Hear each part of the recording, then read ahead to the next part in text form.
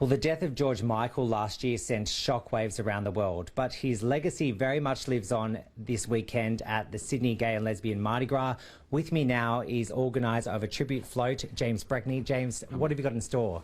Oh, well, we just want to honour George and dance to his music and celebrate his life, and I think we're going to do that really well. And, you know, it's so sad that he left us so early, and so we're just happy to be a part of it this year. And how many people are in the float? We've got 100 dancers this year, all wearing Choose Life shirts, fluoro shirts, police outfits, and, yeah, a lot of people involved. My house has been destroyed for the last couple of months, so my flatmates are looking forward to it all coming to an end this weekend. And you've got someone building a cloud here. Now, George Michael was here in 2010, wasn't he? And he actually watched the parade. Tell us a bit about the story behind that. Yeah, actually, Paul Mack, who's going to be on our float, he was with George when the 2010 float went by, and he sort of teared up and told Paul to tell Mardi Gras that he performed at the party that night, which he did, which was phenomenal.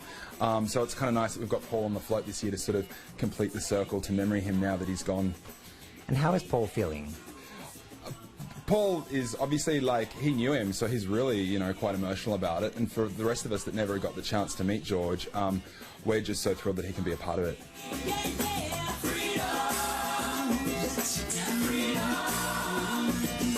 Scott Marsh, amazing artist, is here painting a beautiful mural in honour of George, and it's going to be featured on the float. Okay, well, let's go take a look. Scott's busy in here, and as you can see, we've got the police George Michael replicas here too.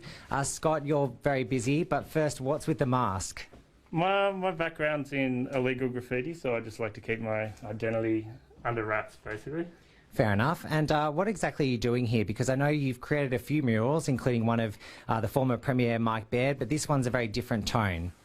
Yeah, well, originally this mural was painted in Erskineville, and it was commissioned by Paul Mack and his housemate, who were friends with George Michael, and they kind of approached me with the wall and said, hey, would love it if you painted a tribute of him on our wall. So I did that, and it became kind of a bit of a landmark, and here I am doing this, basically.